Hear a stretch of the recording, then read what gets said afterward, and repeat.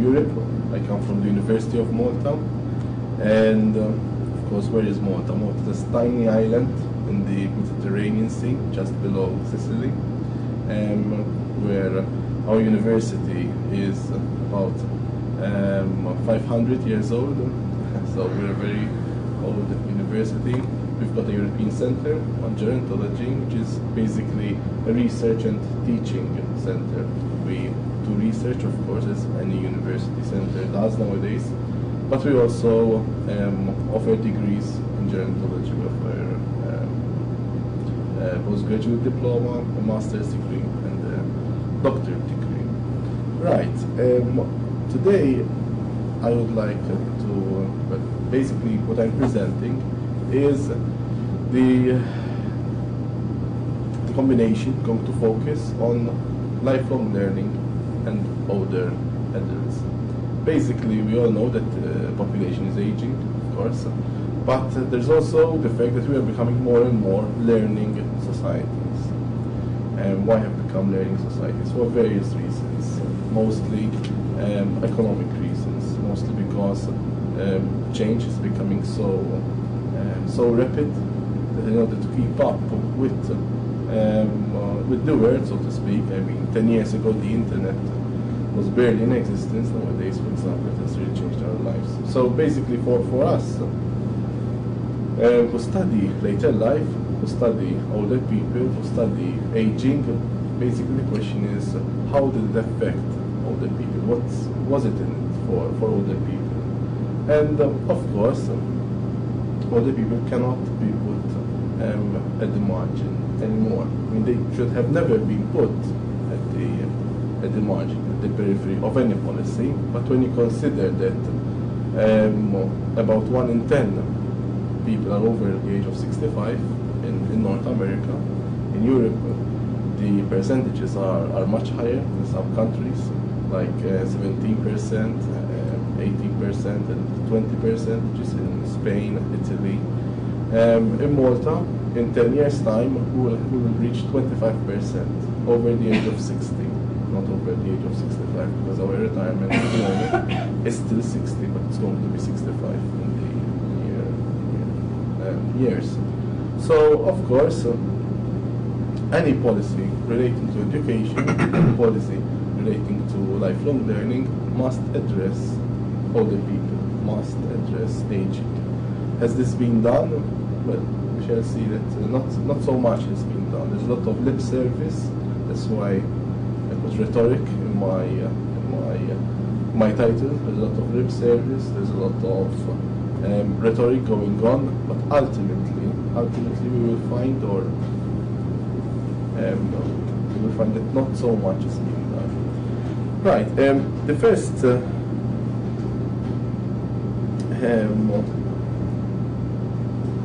Right. Who are the older adults? Now, this may seem a little bit of a sine qua non for us.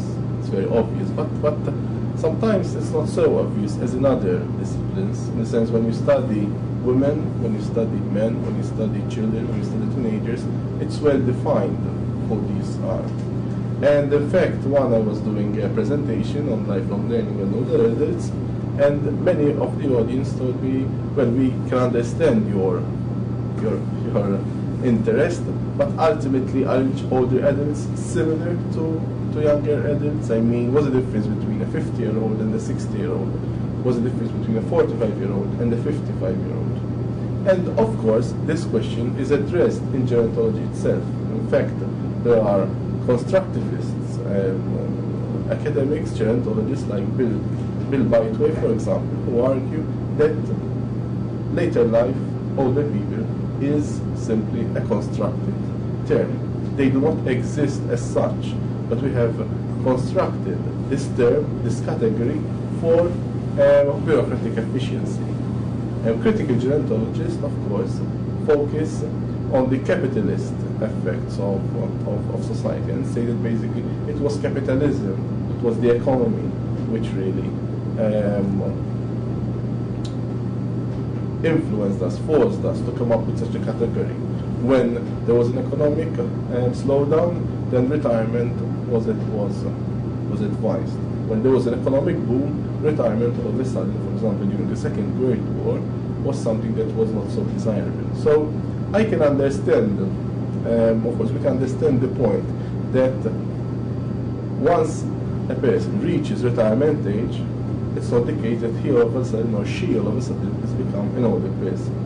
But at the same time, we cannot be realists. And in fact, there's a quotation there by Molly Andrews in Aging and Society.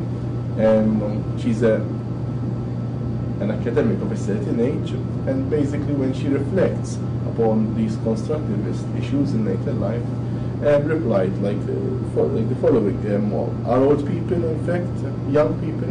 What happens to these years of experience they have? And basically, one can see that she has a point. I mean, you could really argue that there's not so much difference between a 55-year-old and the 60-year-old. But one cannot negate the fact that as we grow older, at least some of us may also start thinking or perceiving themselves differently, but society for sure looks at you, perceives you in a different light.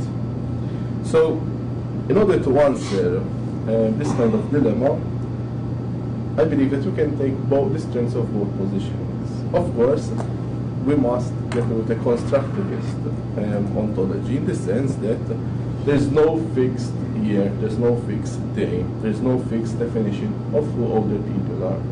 And if we take the rule of the thumb, one can say that older people are those people who are post-family, in the sense they're not rearing young children, they don't have the responsibilities that I'm facing these days, and at the same time they are in a post-retirement phase, in the sense not that they have stopped working altogether, but obviously very different from a 45-year-old who's really going into the retirement career crunch. So again, although we cannot mathematically, scientifically say who's an older person or not, we can take this approach as somewhere in between. At the same time, we must be realistic, because the older we get, our risks in experiencing age discrimination, abuse, and social exclusion increases. Now you may say that a 90-year-old may feel young at heart, may feel ageless, his or her soul, age is irrelevant, and that may be true. In fact, there's a lot of literature, most famously Kaufman's The Ageless Society. But there's also various other literature which point out that the age discrimination that older people face, the abuse that older people experience, and also social exclusion. The reason is that as we grow older, whether we like it or not, our resources starts to dip. Physical resources, the body, economic resources for retirement, and even if we have health problems, we must dip into our savings to, of course, to pay for medical help. Culture resources, we must continuously keep up with rapid social changes. Some of older people will find it a bit difficult, and so on and so forth. So these are the older people that I believe all of us here in this room, and those who are following up here as a podcast, are focused upon, are really are treating in their studies. So, lifelong learning. Lifelong learning, of course, has become a catchphrase in our times. This concept is continuously located in policy documents, in the newspapers, on the internet,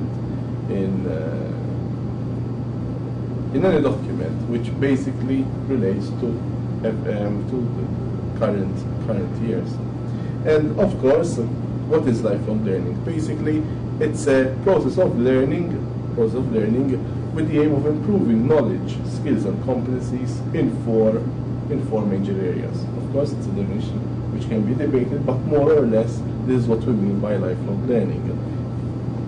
The fact that we must learn, or we must embrace a learning culture from the cradle to the grave, as the British say, and also towards four related venues: personal fulfillment, civic engagement, social inclusion, and of course, employment. And if you go to any leading organization, the European Union, the World Bank, UNESCO, and the Commonwealth, you'll find a number of documents written in the past 5-7 years relating to the field. So today, those who come from the sociological field speak about the hegemony of lifelong learning, because in the sense that lifelong learning has become something, or policymakers are treating lifelong learning as something which is good and something which we can do without. Policy, what does lifelong learning basically, what are the, if you break down the different policy documents throughout the world, what are these policymakers saying? Basically that we need to increase new basic skills for all. Why? In order to be able to function in knowledge societies. Today we have gone through the transition from a capitalist, productive society to a late or post-capitalist, late modern types of societies, in which knowledge is basically what unites us all together. So we need new basic skills for all, even if you are 30 years old, 40 years old, 50 years old, you need to update your skills. More investment in human capital, because ultimately we know that every nation's strongest asset is not the material or the physical resources, is its people. So we need to invest more in human capital. Innovation in research and learning is because nowadays we also want efficiency. It's not just the quality of teaching, it's not just the quantity of teaching, but it's also its effectiveness. How can we teach? How can we transmit knowledge faster? Valuing learning, those of you who are aware of the transition, because a few years ago we did not really speak of lifelong learning. If you look at the policy documents of UNESCO in the 70s and 80s, you have lifelong education, and not lifelong learning. What is the difference between education and learning, lifelong education and lifelong learning? The difference is that in the past, it was thought that the best way forward is to organize people into education classes and some kind of structured classroom activity. In lifelong learning, it's more like there's an individual impetus. So each and every person is responsible for his or her own learning. As societies turned their back on a collectivist, social democratic way of living, and towards a more individualist third way of everyday life, the more that, of course, policies began reflecting this individualist approach to everything, including learning. But you can say that nowadays our approaches to healthcare, to welfare, are all very much individualist. It's what you need to think for your own future. The government is no longer going to take care of you, but he will help you, or the government will help you. It will act only as a catalyst. And the same thing occurred in lifelong learning. Rethinking guidance and counseling, up until 15, 20 years ago, you went into one job, basically remained there until retirement. Or if you changed your job, you didn't change much the specificity of it. Nowadays, not only workers are changing their jobs in considerably fast manner, but even older persons. And bringing learners close to home. What does it mean? Away from the classroom and into the community, or even in one's home. Because, for example, to the ICT revolution, the internet revolution, many learning nowadays is being conducted in the home. Is this good? Are these policies bad? Of course, there's a lot of debate. I don't agree with much of the emphasis on some of these issues, but it's basically what the lifelong learning policies actually state nowadays. And of course, this is all philosophy. This is all there's not so practicalities over here. So policy documents also promote some type of targets, practical targets. And if you take the European Union, these are the targets. So the policies which we have mentioned just a few seconds ago must be translated to these. So as you can see, there's not so much on later life. It seems that,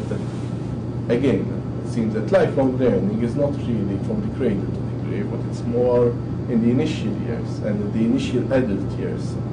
Because an average rate of 10% school leavers of no more, so only 10% must leave school at the compulsory age of 16. Increasing the number of graduates in mathematics, science and technology by at least 15%. This says that 85% of 22-year-olds must complete secondary education, decreasing low achieving 15-year-olds in literacy, because despite compulsory education, a good percentage of youngsters are coming out of school illiterate, and increasing also the average of participation in lifelong learning, being 12.5% of the adult working age population. So, on one hand, we are living in aging societies. We are saying that we must embrace a lifelong learning approach towards life. But at the same time, of course, our focus, as much as it is in other areas, is not geared towards older people, is not geared toward older adults. So that this brings us to our focus today. I mean, because one could say very easily so that lifelong learning policies are directed chiefly by economic agendas, by economic issues. If we go back 3 or 4 slides, lifelong learning is supposedly to be a lifelong learning culture from the cradle to the grave, focusing on 4 basic issues: personal fulfillment, civic engagement, social inclusion, and employability. Now, of course, employability has been taken as the priority. So more or less, lifelong learning policies basically act as a strategy to decrease unemployment and help people become more employable. And when you look at the resources being invested by the governments, it is surely there's no dispute whatsoever that the large percentage of the resources, of the financial resources, if not all, are geared towards the younger population. For example, preschool classes, post-16 compulsory classes, etc. But when you look at what's being done to older people, despite this whole agenda, this whole emphasis on lifelong learning, nothing is much. So, in fact, I also pointed out that personal fulfillment, for example, does not really, it's not really discussed. And older people did not even have a mention until the 2006 document, It's Never Late to Learn. And that was the last time they were mentioned again. We've got a whole 10-15 years of lifelong learning policies with older persons being left out in the cold. Yes, sure. Is that a UNESCO document or? It's a EU document. A European it's Union. okay. Sorry. It's a European Union document. If you Google it, it will come up as a PDF. So, despite all this lifelong learning emphasis, one can easily say that lifelong learning has not helped in a way to increase the participation of older people in education, in learning, or else to entice them to re-enter learning. In fact, I will go just one slide. I mean, the golden period of older adult learning was the 1970s and the 1980s, when lifelong learning was, of course, not yet with us, I mean, at least in national policy documents. And in fact, you can go over that list and you can see lots and lots of examples whereby governments and even NGOs provided numerous opportunities for older people. I mean, if you look in Britain to the extremely high number of activities in outreach education, self-help education. In America, a bill was passed in 1975 which allowed older people to participate in university colleges and programs free of charge as long as space permits. Europe, continental Europe, University of the Third Age, nowadays it's present in all countries and except America. The senior centers, the establishment of the Center of Creative Retirement, etc. And Elderhostel, of course, was based and was formed in the 70s. Sorry. If we go back to this slide, in fact, the contrary has occurred. The past 5, 6, 7 years saw a decline of participation by older people, at least in countries which keep a statistical count. Because if you want to have a statistical picture of the number of older people taking part in learning and education, you won't find much. Many statistics all over the world stop with the age of 64 or 60. When you want to find out the 65 plus, you won't find anything. They don't keep any records. But in Britain, it was evident that the number of older people has declined. And of course, there are various reasons. It may be that older people are finding it harder to live on their pensions and they're going back to work. It may also be that there are other hobbies, other interests. But the basic point here is that despite this whole emphasis on lifelong learning, the number of older people in learning, in education, has not increased so much, and in a particular country has also decreased. Whilst common sense would have expected that after all this emphasis in the past 10, 15 years, you would find that most of the people would have been taking part in learning, in education.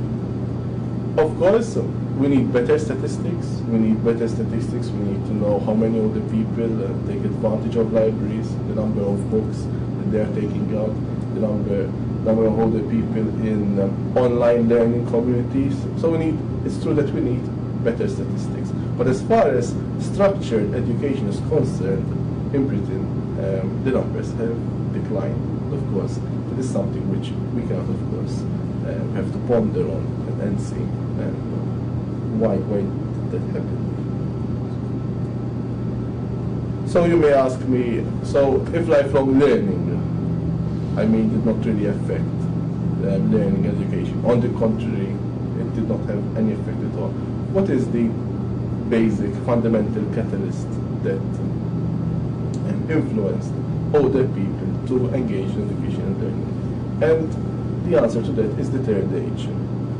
I must assume that you are all familiar with the third age. Demographically, it means that whilst in the past there were three basic phases in life: education, the working age, and then if you were lucky, a few years of frailty at home before you eventually died. From the 1950s onwards, at least in high-income countries, especially North America, and in the 70s in Europe, and nowadays in more countries, the life has developed into 4 stages. Okay, with the third age, where you were not working, where you're not raising a family, and when you were basically had the time to do all the things that you ever wanted to do, but never had the time. So more or less, that is the third age. And initially, the third age was defined as some kind of cohort experience, in the sense that you've got people growing older, and all of a sudden they will reach this third age. It was also explained as a class phenomenon in the sense that most third agers are really middle classes. But today, one of the best explanations, best rationales of the third age, in my opinion, is the one given by Gilliard and Higgs, which basically look at the third age as being some cultural, a generational cultural field. And I put those three pictures there on purpose because you see three different types of people. The one in the middle is usually the third age that one thinks of when somebody mentions the third age. You think of a couple on a beach, middle class couple perhaps, having a good pension, and they're enjoying more or less the holiday. Somebody playing bingo over there. Usually it's a woman who plays bingo, but it's the picture that I could find, which is considered as a working class type of hobby, playing bingo. And there, I think that the last picture speaks on its own. And those are all three examples of the third age, because basically the third age is a period in life in which older people, for the first time, are consumerist oriented, whether they come from the working classes, the middle classes, or the upper classes, whether they are females, whether they are men, whether they come from any ethnic position. They are the third agers because they are spending their money. Because the older people of today have experienced the 1960s, where there was the birth of consumerism. So as a 25-year-old, an 8-year-old does not consume. They don't know what consumption is. But a 60-year-old of today, or a 55-year-old, or a 60-year-old who has experienced, at least in the Western situation, the Beatles, Elvis Presley, television, the cinemas, holidays. Nowadays we think that we must have a holiday every year. For older people, of course, this is not so. So the third agers are individuals who, and that's why there's the golden age in different countries. Because, of course, the baby boomers of America, the baby boomers of Britain will have experienced this kind of consumerist explosion and before other countries. So, of course, let's take the example of Malta. We became more and more consumerist in the 1980s for various political and economic reasons. So the third agers in Malta, it's only now that you can see the third agers in Malta. Okay, so it's not a question of just age; it's a question of the life course, what you have experienced, and that is when older people become more and more interested in education. But of course, there is no one way of perceiving life which is held by all third agers. So in the 70s and in the 80s, the third agers were all very much collectively united, if you want to say so. Nowadays they are more individualist. So that would be one reason why educational organized classes are not so much popular. In the 1960s and the 1970s, many men had very low life expectancies. So when you cater the number of people in education, if most older men were dead, and most older females, as we all know, are very much interested in taking up classes and were participating, then the percentages would increase. Nowadays, men's life expectancy has increased, but their presence in learning is still low. So that would be another reason why percentage-wise numbers have declined. So it's not just it's not just a straightforward thing to collect people participating to some percentage and come up with you need to look at other hidden factors. Right, older adult learning in North America. Of course, older adult learning in North America is very, very, very strong. America was the first nation who experienced the third age because to experience third age, you need not only just the numbers of older people, but you need a certain economic climate as well. And nowadays, you could say that there are 4 types of learning programs in which older people take place. The credentialing area that refers to university programs. The number of older people is limited in America who take up degrees, but when you compare them to other nations, the percentage will be high. And it's credit, so you get a degree, you get a qualification, and also teacher-driven. On the other hand, there are credit courses in which are operated by distance learning. So it's by credit, but it's not teacher-driven, it's learner-driven. And again, the numbers here are not so high, but when you compare them to different countries, they're quite impressive. So for example, those 2 areas over there, credentialing.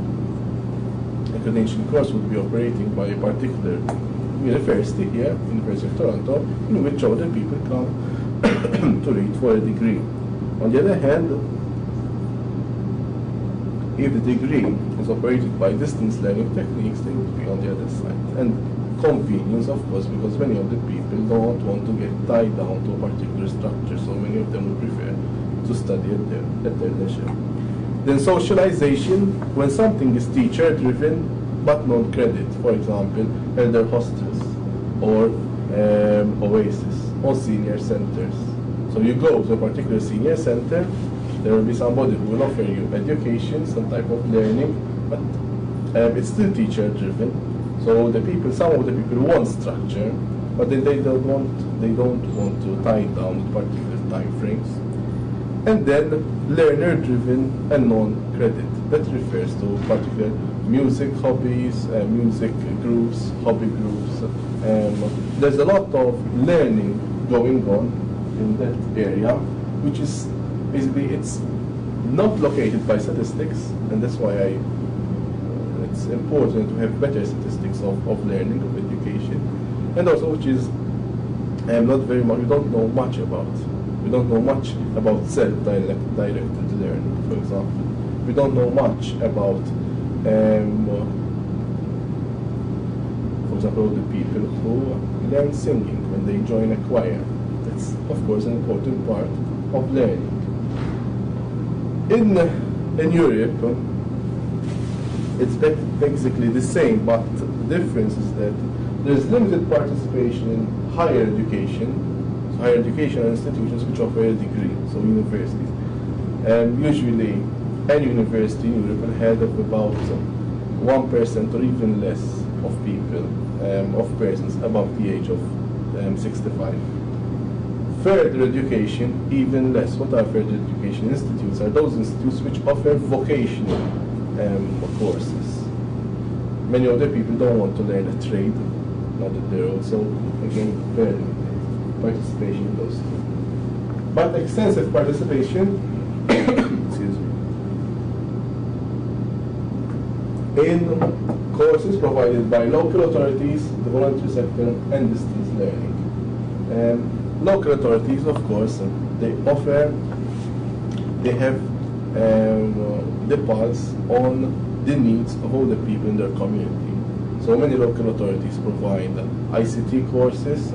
They also provide cultural lessons or cultural courses. They also provide even practical courses like swimming or cooking courses for males, for widowed males, for example. The voluntary sector, more or less, there are organizations like University of the Third Age, which I'll discuss in just a second, which provide specific educational courses for people who are interested. By distance learning, I'm referring more to the mass media. In Europe, there's a lot of NGOs who provide courses through the mass media, which are, of course, no credit. If you have to compare Europe and America, more or less it's very, very similar. In America, more and more older people are going for credit courses. In Europe, it's still something that we haven't seen much. We see it, but not so much. For example, at our university, less than 0.5% are over the age of retirement. So that's something that we need to work on. When we think of older adult learning, there are three very, very widespread and famous organizations.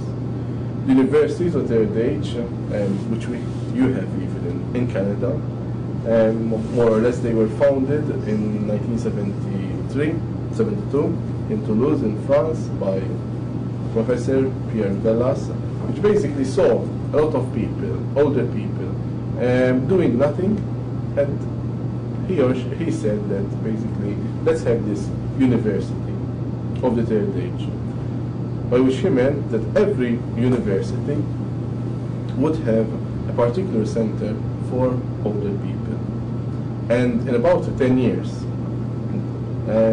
all francophone countries, Switzerland, even others like Germany, but Belgium, had most of its universities of the third age in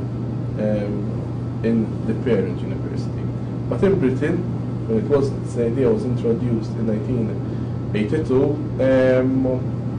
they've taken a different perspective to it, and they wanted complete autonomy. So university of the third age, it depends whether there's the British model and the French model.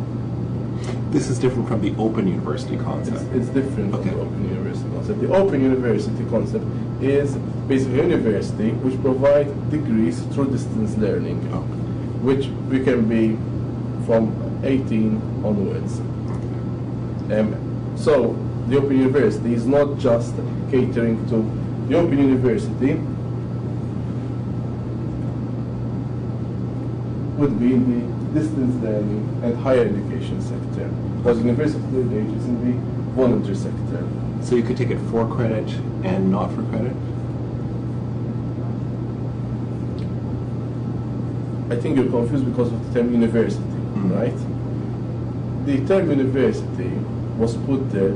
There's a lot of debate whether they should call them universities, but in medieval times, the word university referred to a number of people, disciples, which traveled. Universities were really sort of put forward in the Arab world during the Arab dominance in the 1400s. And basically they refer to a couple of individuals, disciples, following a learned men throughout the Arab Empire. That was the university. And then of course, eventually, credentialing was introduced. So when Pierre Bellas wanted to put the term university in the title, he said that the meaning is a medieval sense, not in a modern sense. So yeah, but that's a problem, as we shall see later on when I critically discuss these that of course there's a lot of pretentiousness in the sense the term university carries a lot of a middle class pretentiousness. So basically a university of the third age is basically a group of lectures, okay, for older people. But there is the French model, which basically dictates that the university of the third age is a part of a university where university professors address older people. So if the University of Toronto had University of the third age, following the French model, university professors from the University of Toronto would lecture the older people. Because in the French model, the University of the third age is part of a parent university. The British model, universities of the third age are just groups of individuals which basically follow some kind of interest and who take turns to teach each other. So in the British model, I can go back home in Malta and network with 4 or 5 other older people, and we make our own university of third age. This month, I will be lecturing them on lifelong learning.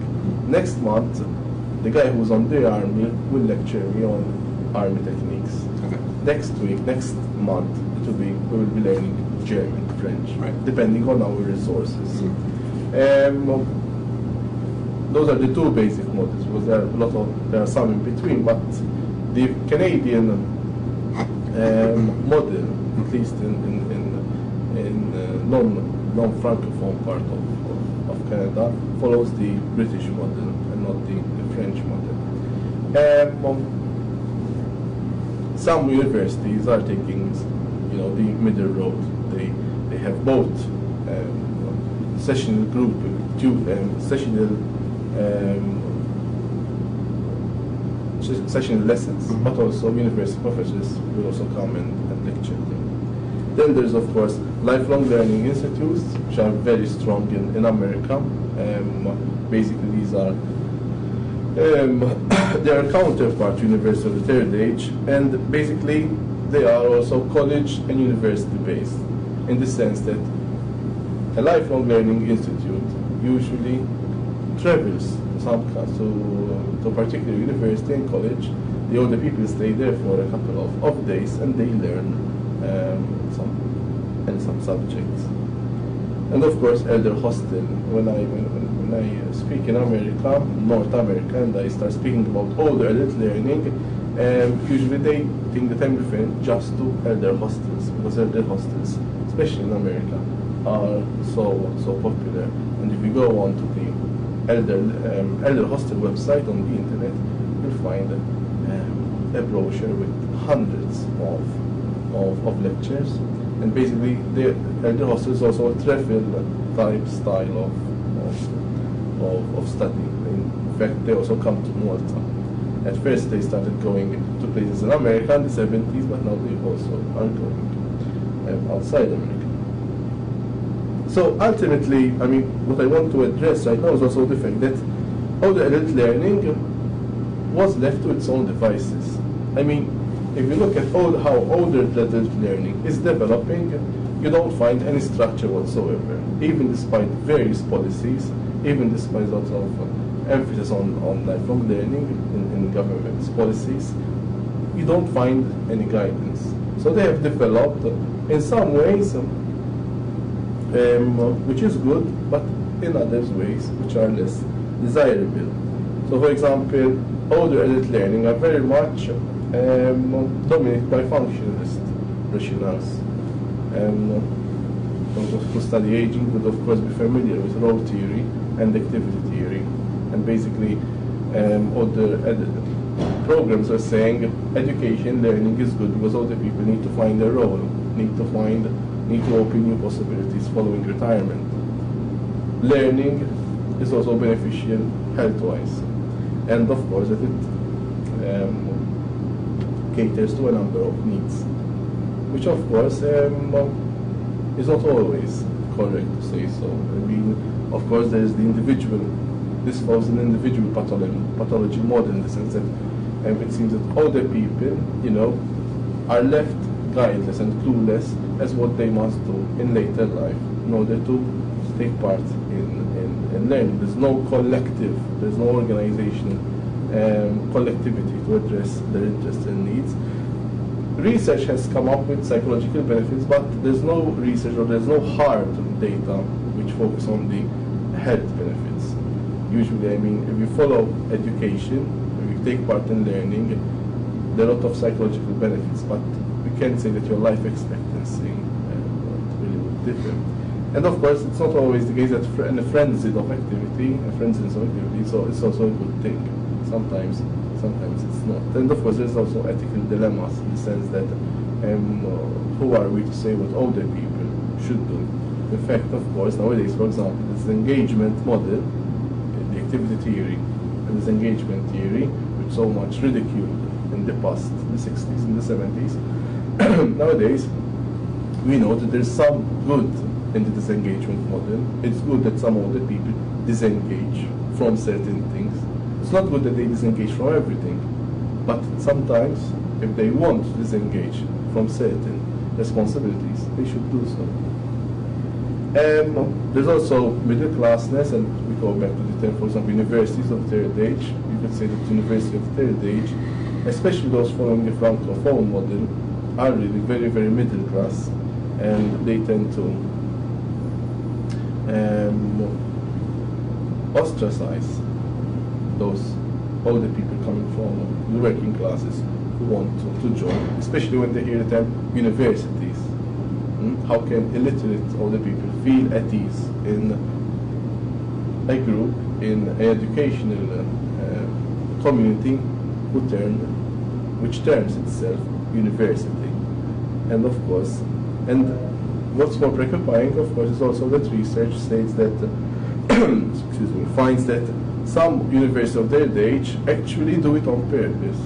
They make the lectures, the interests, they organize them in such a way so as to not to make it inclusive to every older person. So if one particular lecture is on, is on Dante and on Italian literature, and it's not even conducted in the language of the nation, but it's conducted either in English or in Italian, then of course working class individuals will not so very much.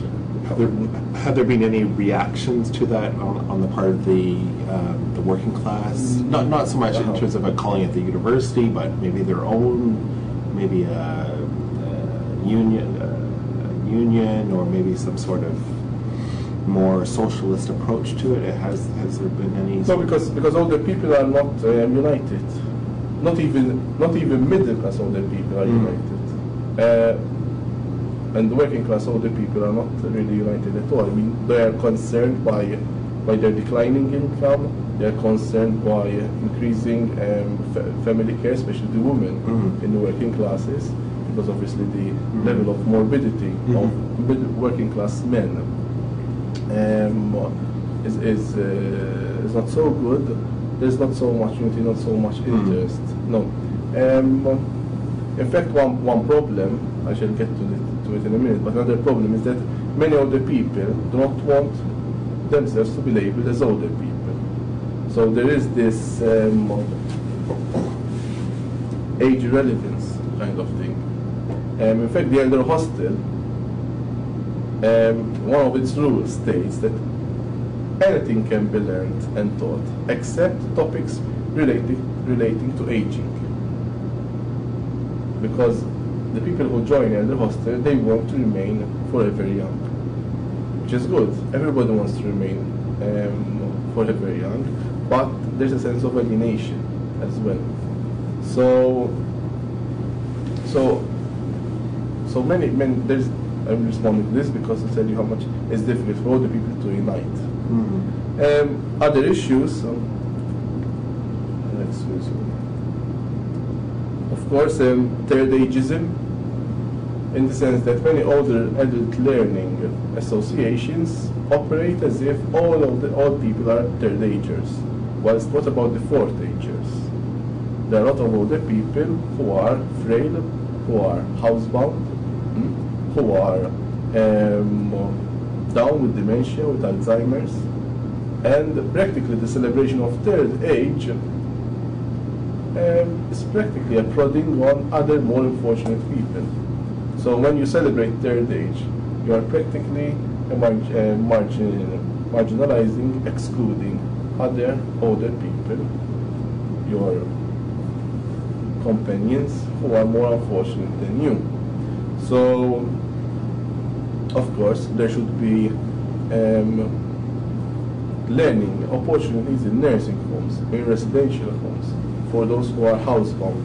And it's not a matter of funding. Of course, money talks, but attitudes must change. I'll get to some examples later on. Gender inequalities, this is a bit funny in the sense that older adult learning are usually organized by women, they're dominated by women planners, by female planners, but then organized in a masculine way, because that is their experience. And so the interests of men is ignored. If you go through much of the learning opportunities, education opportunities, they tend to be more interested either to females or to men who are, an upper middle class type of background. At the same time, what do I mean by they operate in masculinist way? Because the unique learning patterns of women are also ignored. So in the sense that women, of course, learn differently from men. Not totally in a different way, but they've got their unique learning patterns. They tend to put more emphasis on sharing. They need to more emphasis on disclosing their interests, their fears, their anxieties. Whilst men learn differently. Of course, there is the deficit model of teaching. Learning is basically very much a top-bottom approach in older adult learning, where you've got somebody who knows it all, and he or she has the role to teach it to the others. We went through age irrelevance, age and space segregation. Of course, I'm generalizing here, but there is little effort for intergenerational learning. And by intergenerational learning, I know that most of you here will be thinking, yes, with younger individuals. But also, yes, that's true, but also with older individuals. In the sense that at a 65-year-old, okay, we have older peers, 10, 15, 25, 30, 40, 35 years older. It's important that this intergenerational network is followed. And of course, space is that e-learning must also be introduced further. I'm not saying that there is no e-learning techniques in older adult learning, but it's very, very limited when you consider that the majority of people in their 60s in high-income countries and even middle-income countries are computer literate. Okay, 75 plus, they are not so much computer literate, but at least in Europe, about 40% to 60% of people aged under the age of 70 are computer literate and connected to the internet. So it's not a case of saying that they are not internet or computer literate. Right. So what do I and some other colleagues, which I meet in conferences and in networking, are proposing? Of course, not everybody would agree with these propositions. But of course, I would say that first and foremost thing is to embed older adult learning in a critical rationale. And most of you may be familiar with Paulo Freire, a very famous critical educator, and it's important that without thinking that we shouldn't think of translating older adult learning as some kind of a Che Guevara type of exploitation, but it's important that older adult learning, the reason why older adult learning takes place is to help older people to become socially, for social empowerment, to gain power over their lives, and the catalyst for individual and social empowerment. That's very important, even if some older people may not want or may not agree with us. It's important that those older people who want to change their lives are given the opportunity. It's important to remember that with the life expectancy running in the early 80s, somebody in their early 60s will easily have more than a quarter of a century to live. So the way in which we look at life, the way in which we understand life has to be changed. Participation must be more inclusive. Ultimately, today, who takes part in older adult learning? White, middle class, females. Those are the majority of individuals. So if I take you with me to any center all over the world, okay, you can bet that 80%, sometimes even more, if we go to low-income countries, Thailand, China will be a bit of exception, but Thailand, Laos, or Africa, or even South America, the majority, 90% even, will be go to any senior center. The majority will be females, not men. So we need to get more working classes, we need to get more male, we need to get people from ethnic minorities. And these are all challenges that we haven't even started tackling. Of course, there are 3 barriers there for those who want to study participation further. Attitudinal barriers. But many other people don't join because they say, oh, I don't know anything, oh, I'm not good at that, you know. You know, they say you can't teach an old dog new tricks. They believe it. Organizational barriers. Of course, if you do classes in the morning, many working class females would not be able to come. Why? Because most of them are taking care of their grandchildren, because their children, who may also be working classes, working the working class, may not afford childcare. So if you don't rotate the learning environment, many females will also not be able to come because they don't afford the time to travel. Many other females, for example in Malta, take care of their husbands, take care of their uncle, especially in Mediterranean countries, where it's considered it's culturally appropriate for females to take care of their male elders. So to travel 1 hour, then session 2 hours, and to travel back another hour, that won't be done. So transport, for example, is also important. And institutional, like for example, I've seen lots of classrooms, for example, or learning centers with inadequate lighting, without microphones. And of course, I'm not saying that all older people have visual and auditory problems, but quite a significant percentage do.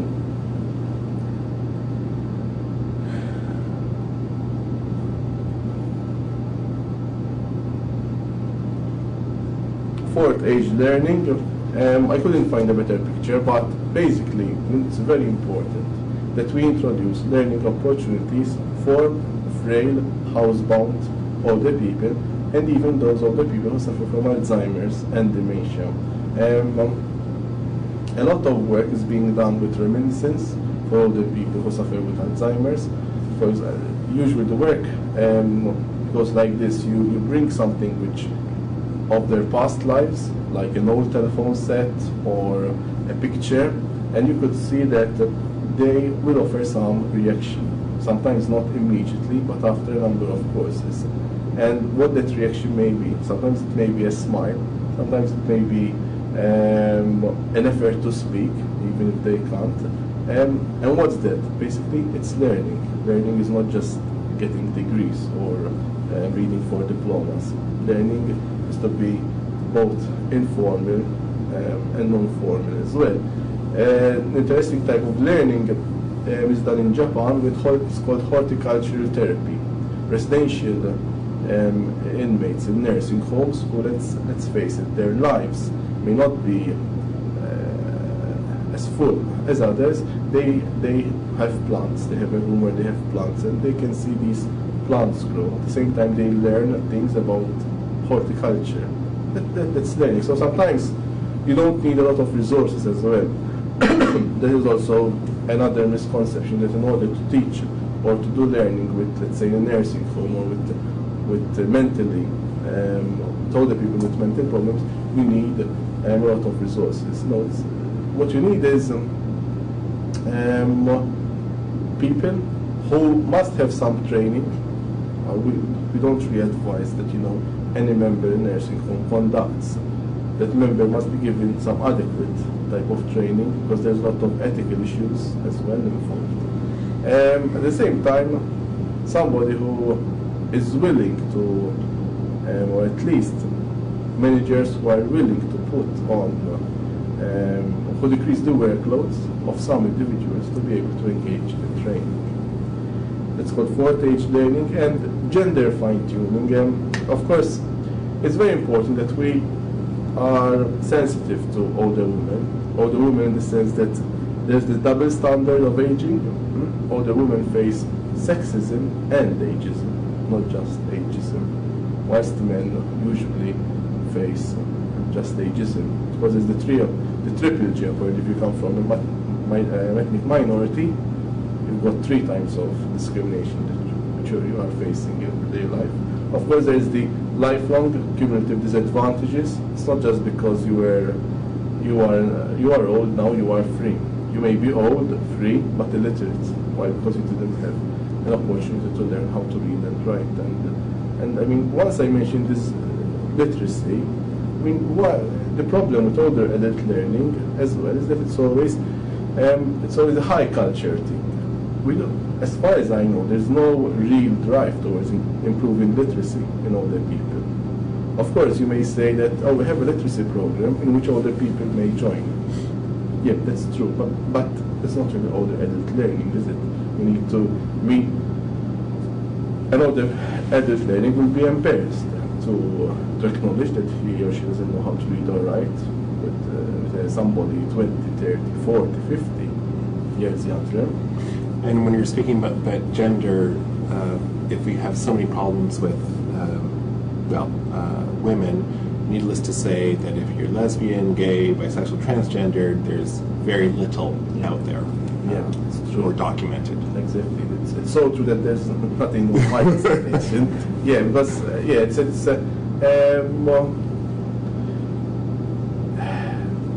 true. The problem with being sexuality, at least, it's still a taboo in I don't know.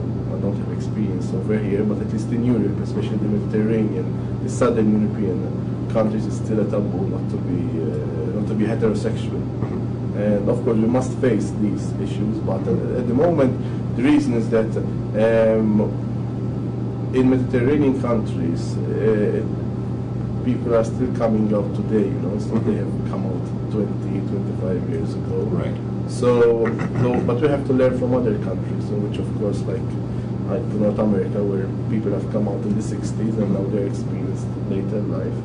And yeah, that's a perfect. Well, speaking from that perspective, there's still a lot, because that is in fact my interest in terms of study. There's still a lot to be done. We're seeing a lot of people aging, but having to go back into the closet or to hide their sexuality because of perceived either persecution or abuse or that sort of thing from the part of frontline workers. Not saying that it happens all the time, and so the degree of engagement is lessened, and there's a lot of depression and isolation and these sorts of issues. So for members of that community or my community, that's something that is of great interest to me. So I would suppose that when you need to care, when you need to enter residential care, nursing care, it becomes more difficult. Yeah, becomes more difficult, and then it's also compounded with cross-cultural differences, and this comes into class as well, because the people who are doing this frontline work are not necessarily come from a North American culture. And so that those experiences, both positive and negative, are not necessarily addressed. And so there are small attempts at this time to try to bridge that gap. So at least we're speaking the same language and able to be respectful to both the personal care worker, but also to the client as well. So, but we're really right now we're doing baby steps. It's this is very seminal work, and there's a lot of work. There's a lot of work to do. I know. When you're dealing with marginalized issues, it's always baby steps they have to do until at least. But I would suppose that you're much more advanced than Southern European, Mediterranean countries. Of course, the Arab and African continents, it's still unthinkable. Well, I'm also thinking about questions of power. So who are the people that are deciding that the people of the third age, let's say, are less valuable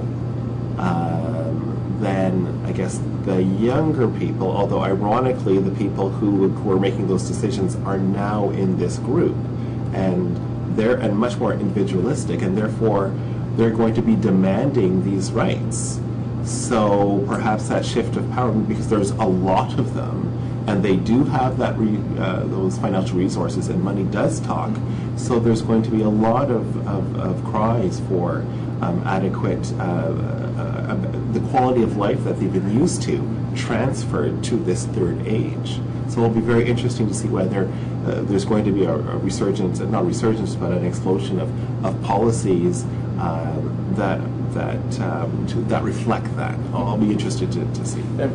I won't answer your question because it's, of course, it's complicated, but I will offer you some food for thought. For example, we all hear about productive aging, active aging, successful aging. What do we mean by successful aging? Does it mean taking care of my mother? Not really. It's more, usually the definition is to go out and do something. Avoiding aging, really, is what it's about. Productive aging, I mean productive aging, does it mean, doing some type of, working class job? No, not really. It's more productive aging going to work. But to work where? Does it go work, in certain jobs, certain low income jobs? No, that's not really productive. And again, active. So, unfortunately, like in everywhere else, the definition, when you define, that's why Paulo Freire says education is politics, and you could say also that definition is politics, in the sense that how you define something, how you don't define something. Of course, it's always defined. You can go back to Marx. The status quo defines anything in ways that it goes hand in hand with their interests.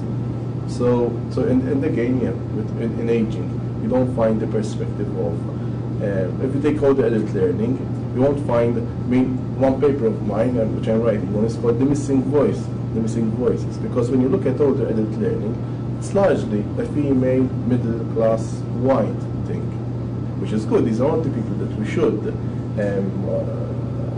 marginate, far from it, but we should also include the others. That's of course, and again, I haven't said this, but older adult learning is the Cinderella of Cinderellas, because older people are already Cinderella in many policies, but older adult learning, there's so much resistance to it. It's like, wasting money, it's like putting money down the drain. There's always this kind. But why should you put nursing homes? They want to die soon, they've got mental problems. The reaction, and it's easy for politicians to shut you down because unfortunately the people out there don't support you. It's in their own interest. And another baby project of mine is men. Because men are really very much visible in older adult learning. It's important that, most of them have a negative experience of education, punishment, exams, failure. At the same time, older adult learning is dominated by females. It's dominated by females. And of course, it doesn't look good for them. When you look at the activities, when you look at the outings of most older adult learning activities are predominantly female. They are cultural, historical. What about sports? When I in Malta, one of the main activities I did was to take older people, because I invited everybody to a football match, a soccer match. Of course, European medal soccer, and of course, no women came, but only the men came. But it's good. It's good for men to have the opportunity to come out, to attend, to socialize. And it's also good for older men to have their own space as well. It's good for older men, at least in Southern Mediterranean, Southern European culture, to have a time on their own, to speak, to say words which they wouldn't say in front of them. So it's a good liberating thing. And it's important that there are topics which address the interests of men. The way that lectures, that's in Malta, that's University of the Third Age, session which I was coordinating. And usually what I do is that I bring some type of discussion, which I know that they've got experience in, and the particular discussion here was old age abuse. So if the session is an hour long, I start by giving some sort of a quarter of an hour exposition of the matter, but then I divide it because I'm, it's not because I'm not authoritarian, but I'm kind of organizing it, so I divide them into groups, and then each of them relate to their experience on abuse, which in most cases, if not always, they would know more than you, because they're older people, they're facing it day by day, and if they have not experienced abuse, they will have lots of friends, lots of individuals, lots of relatives who have experienced that. And of course, it's important that we give them the opportunity to teach, to take part in the session. And did they disclose this abuse willingly? No, or was there? No, it's not. No, they won't be. They didn't disclose themselves. But then it depends, because, like, say, they may disclose that they when go to buy something, the attendant doesn't, lose much time over them, but they will just give them what they want, and so that they can show off. Or when they enter, for example, certain department stores, which are considered to be more youth-oriented, and they might disclose that the attendants not really, they evade them, or they don't go out of their way to help them. Okay. So they might, because old age abuse is very. Okay, so it could be either a physical abuse, emotional abuse, or discrimination. Yeah, discrimination. Okay, discrimination. Okay. Intergenerational learning. Young people must. Nothing is perfect, so it's like if you take young people to a residential home, it's like they're seeing, fish in an aquarium. No, nothing is perfect, but I believe it's better than doing nothing. So sometimes you do things and they might not be perfect. So just by taking young people in a residential home, it may not mean that they might have interacted, But life is like that. You do things, you take your chances, you take risks, and you try to improve. And of course, at the same time, many older people can help young individuals in their homework, they can become life coaches. We should, not every older person has the skills to do that. Okay, so it's not like this. I'm advocating some kind of wholesale revolution, but many of them have the skills. And e-learning, of course. Germany, they are doing a very wonderful job with e-learning, and of course you can see that many older people are taking real interest, not just in computer and not in the internet, but how to use the internet to learn, how to use the internet to communicate. Most individuals are computer literate, and what they need to be shown is how to use it to learn, how to use it to share. And of course, it's one way. So I rushed a little bit at the end because I realized that time was running, and I also wanted to keep with the time. But hopefully this presentation gave you some food for thought as regards the subject of lifelong learning and of older people.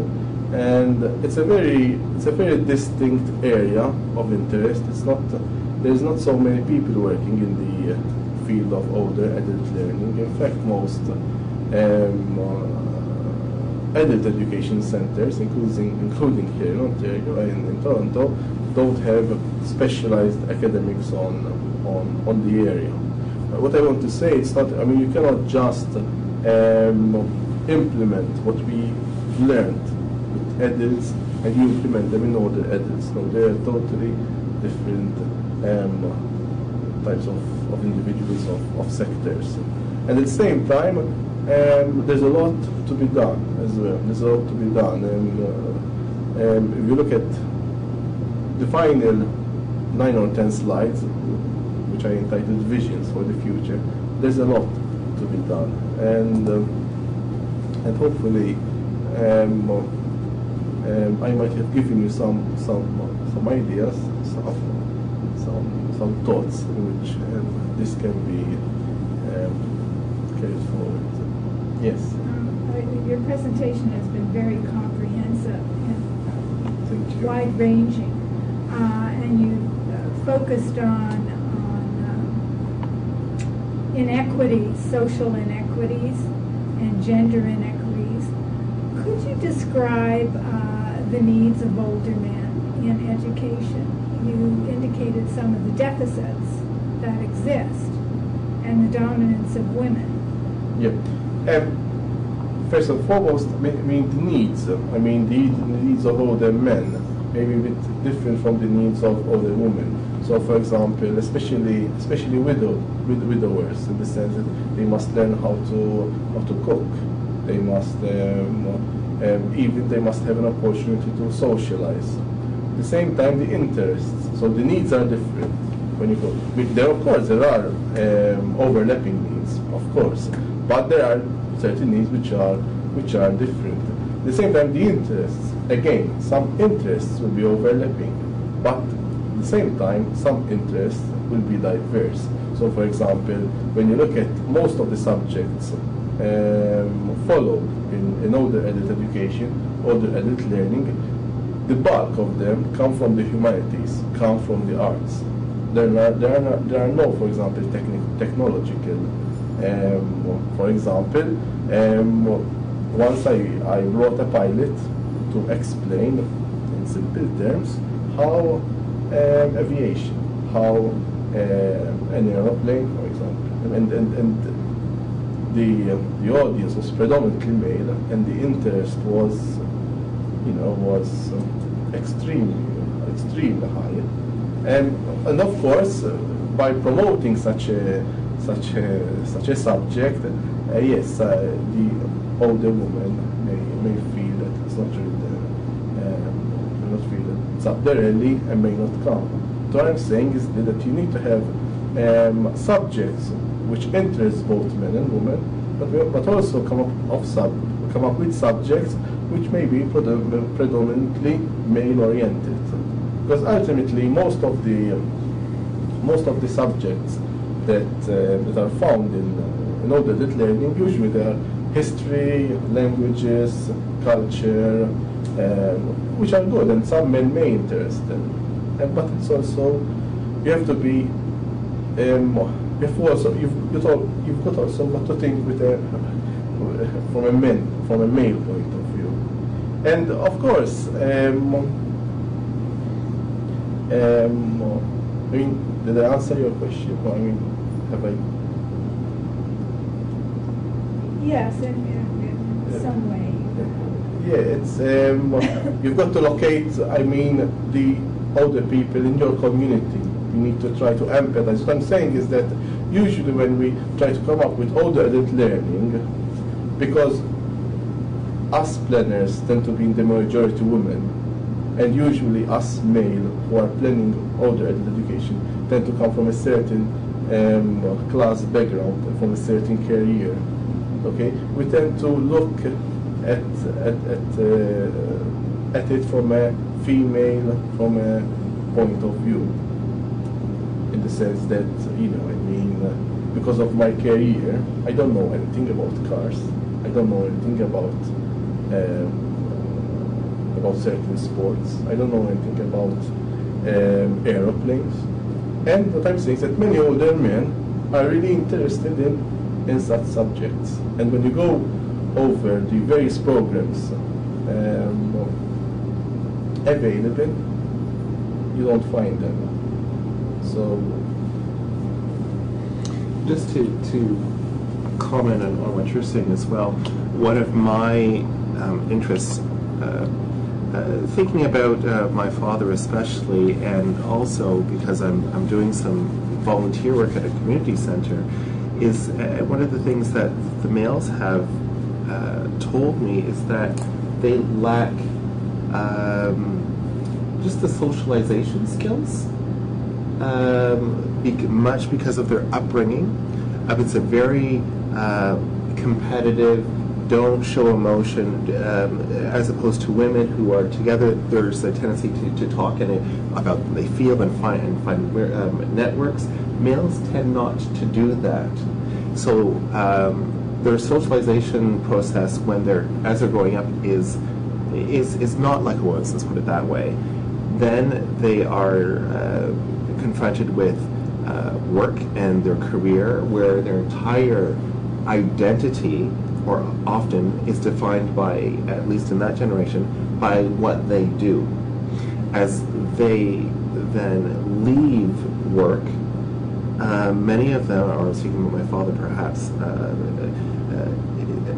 it's very difficult for them to find connections because they never learned it in the first place. And so what I see is my father, who is, although he has remarried, my stepmother is very, although she comes from another country, she's from England, she's now getting herself integrated. But my father, all this time, in the 20 years, 15 years, has largely just stayed home. And as a result, it's even more difficult to get him to do to try something new. So I think this is something that comes back from the way that we're raised as men, and also the examples that we've had, which perhaps have not been so as positive as they could have been. And so we just continue the same process, because whether it's good or not, that is what we know. Therefore, we just do the same thing. And it takes a great degree of maturity and self-knowledge and reflection to be able to identify that pattern and stop that pattern, or change the pattern if one wants to. And then it takes even more effort to make those changes and make those changes stick. So it's a systemic, it's a very, for me, I find that absolutely fascinating how men interact, because, from a gay male's point of view, I just think, how do they do it? Because I see so much isolation and depression, especially in seniors, and so with senior men, it's even more difficult. And I don't know exactly what to do about it, but it's something that should be addressed. But it's nothing that's going to happen very quickly. It's like care, many older men are now taking care of their wives. But when you establish a caring society or a caring network, no men turn up. Only females turn up. And if some males turn up, usually the discussion is dominated by females, and usually they don't give them the opportunity to speak up, to address their issues. Now, I don't want to come up as somebody who of course was against women, but that's true. Older adult learning and even later life is also very much dominated by females. In fact, until a few years ago, and it may also be today, most of the when you spoke about gender in gerontology, you were speaking about women, and older men we didn't know much about. We didn't know much about older men who were living alone. We didn't know much about older men who were taking care of their wives. We didn't know what older men thought when they entered a residential home. Look at all these research. Entering to a residential home, taking care of a spouse, social networking, making friends. Usually the majority of the subjects are female. In fact, a few years back, many academics started now to focus on the older male. So if you go through the library bookshelves, you see lots of books on older women doing this, older women doing that, older women doing that, but very few on older men. So it's important in gerontology, when you study aging, the life force, we bring men back into the perspective. Especially since their life expectancy has increased. It's increased. Because there was That was one reason why they didn't focus much on men, because men usually died at their place of work. So men never entered residential home, or never, not never, very few entered residential homes because their wives took care of them. But now it's changing, and sometimes this is exciting for gerontology. I will stop here. I mean, gerontology, aging, is such a young subject. And what is exciting for me, for you, is sometimes any topic which you may be interested has not yet been explored. And because when you consider gerontology, technically it's just 50 years old. But if we have to be sincere with ourselves, it's only 2 decades old. It's only 2 decades, a decade and a half, that research started to get up in gerontology, and I think it holds a lot of potential for the future. And so I thank you for being here, and you put my email. Sorry. Yes? Sorry, we just have an online question from Sandra Kerr. I wonder if you could expand on how you see we might take lifelong learning for older adults out of the health arena and bring it into education. Our society still sees education only for the young and inexperienced for learning specific skills. Can you, the first part, with first health? Can you expand on how you see we might take lifelong learning for older adults out of the health arena and bring it into education. Hi, Sandra. Well, yes, it's a tough question, and I don't think I can answer that, because later life gerontology is dominated by health issues, and usually funding is only available on health-related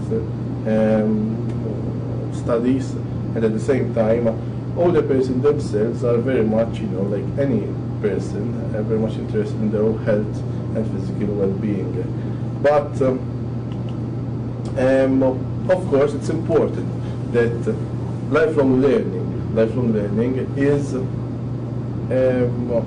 premised from a holistic perspective. It's very important that it's not just health related issues, but also other issues which may not be related to health, may not be even the minute sense, be also addressed. It's a challenge. It's a challenge for each one of us who work either in gerontology or in education. For us who work more in education than in gerontology, basically my idea is that we need to work more at the community level. We need to work more at the community level rather than some kind of organized structure. So when you look at what's happening in older adult learning today, you see a lot of organized education, but very limited efforts done at the community level. So we need to do more outreach. We need to go at the grassroots level, which is not so easy, because there's so few of us working in the field, and it's so time-consuming working at the community level.